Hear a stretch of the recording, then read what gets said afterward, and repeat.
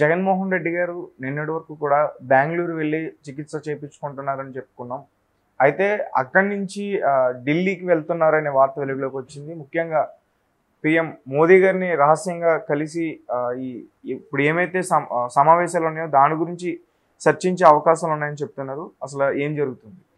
మనం మామూలుగా గతంలో కూడా జగన్ అండ్ మోడీ కొన్న ఒక ఒప్పందాలు కావచ్చు, వాళ్ళ మధ్య ఉన్న సంబంధం కావచ్చు, ఇవన్నీ మాట్లాడుకున్నాం అనేక సార్లు.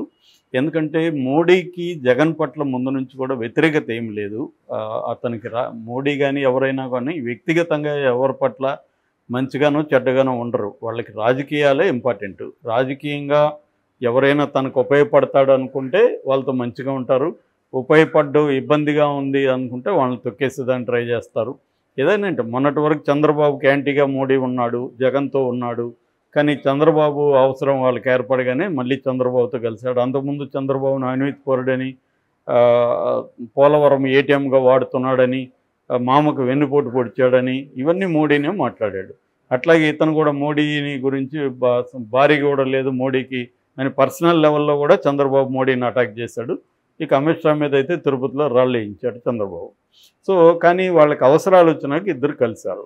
కలిసినాక జగన్ని పక్కన పెట్టారు. అట్లని జగన్కి కంప్లీట్గా యాంటీగా కూడా మోడీ మారలేదు. ఎందుకంటే మోడీ మీటింగుల్లో కూడా ఎక్కడ జగన్కి యాంటీగా గట్టిగా మాట్లాడింది ఏమీ లేదు. ఆంధ్రప్రదేశ్లో ఫస్ట్ మీట్లో అయితే అసలు జగన్ పేరు కూడా తీసుకురాలేదు. సో ఇలాగా క్లియర్గా ఏంటంటే జగన్ పట్ల కూడా వాళ్ళు ఏం ఆలోచించారంటే ఇక్కడ ఆంధ్రప్రదేశ్లో ఎవరు వచ్చినా మనకి 25 మన అకౌంట్లో ఉన్నట్టే, 25 ఎంపీ సీట్లు చంద్రబాబు వచ్చినా జగన్ వచ్చినా అని. జగన్కి ఏమి ప్రాబ్లం అంటే 2 రకాల ఇష్యూలు జగన్కి మోడీతో ఎందుకు ఉన్నాడంటే, ఒకటి పర్సనల్గా తన మీద 20 కేసులు ఉన్నాయి ఈడీ అండ్ సిబిఐ కలిసి. అది 10 ఏళ్ళుగా ఆయన బెయిల్ మీద ఉన్నాడు. మోడీగాని అనుకుంటే అతను జైలుకి వెళ్ళే అవకాశం ఉంది. మోడీ ఎక్కడ టైట్ చేయాలో అక్కడ టైట్ చేస్తే Jagan need to go to jail. So అదే ఒక రీజన్. రెండవ రీజన్ రాష్ట్రానికి ఏమన్నా ఫండ్స్ గిన్స్ తెచ్చుకోవాలంటే ఇతను ఎందుకంటే అనేక పథకాలు అమలు చేశాడు, అది కేంద్ర సహకారం లేకుండా అమలు అయ్యే పరిస్థితి లేదు. అందుకని రాష్ట్రానికి అవసరమైన ప్రయోజనాలు తన ప్రయోజనాలు, ఓవరాల్గా పొలిటికల్ పార్టీగా తన ప్రయోజనాలే జగన్కి. సో అందువల్ల మోడీతో ఉన్నాడు. చంద్రబాబు ఎందుకు మోడీతో కలిశాడు? చంద్రబాబు ఏమన్నా మోడీ బలం ఉందని ఆంధ్రప్రదేశ్లో కలిశాడా? వాళ్ళకి 1% కూడా లేదు బీజేపీకి. చంద్రబాబు కూడా తన స్వప్రయోజనాల కోసమే కలిశాడు. ఒకటి కేసులు ఉన్నాయి చంద్రబాబు మీద కూడా, ఆల్రెడీ జైలుకి పోయి ఇచ్చాడు. మోడీ పర్మిషన్ లేకుండా జగన్ చంద్రబాబుని జైల్లో పెట్టే పరిస్థితి లేదు. క్లియర్గా మోడీ అండ జగన్కు ఉంది కాబట్టి జగన్ జైల్లో పెట్టించాడు. సో మళ్ళీ కానీ మోడీతో యాంటీగా ఉంటే ఒకటి ఎలక్షనీరింగ్ అంటే పోల్ మేనేజ్మెంట్లో మనం వీక్ అయిపోతాము, జగన్ స్ట్రాంగ్గా ఉంటాడు.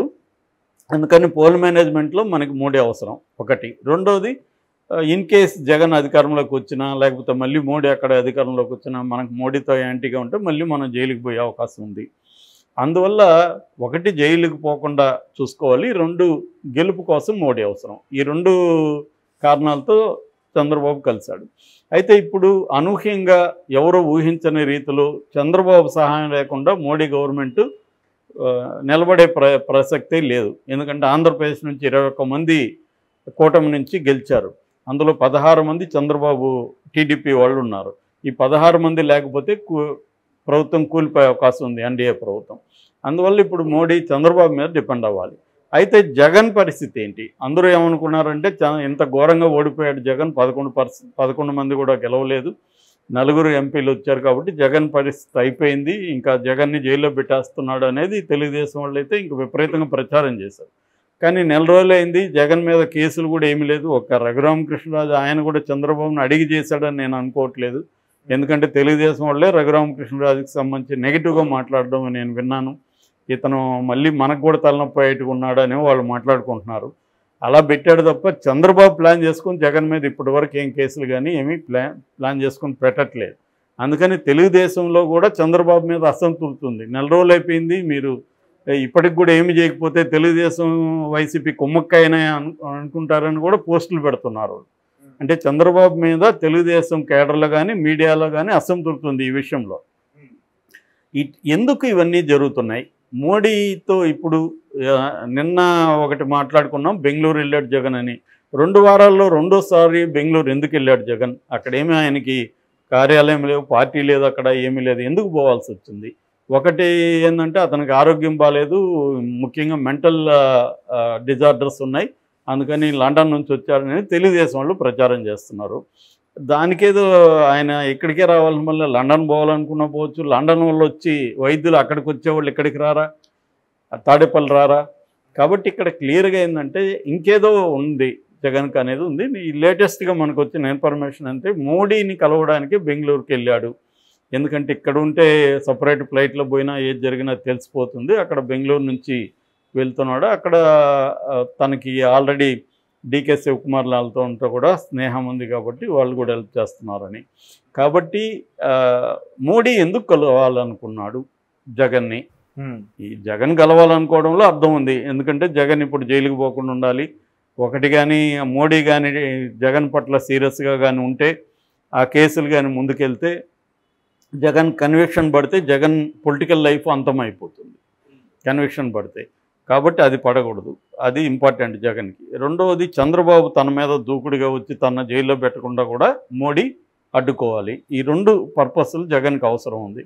ఎందుకంటే ఈ 5 ఏళ్ళు తను గట్టిగా సర్వైవ్ అయితే మళ్ళీ అధికారంలోకి వచ్చే అవకాశం ఉంది. ఎందుకంటే 40% ఓట్లు అతనికి వచ్చాయి కాబట్టి 40% ఓటర్లు ఉండడం అనేది మాటలు కాదు ఇవాళ ఉన్న పరిస్థితిలో.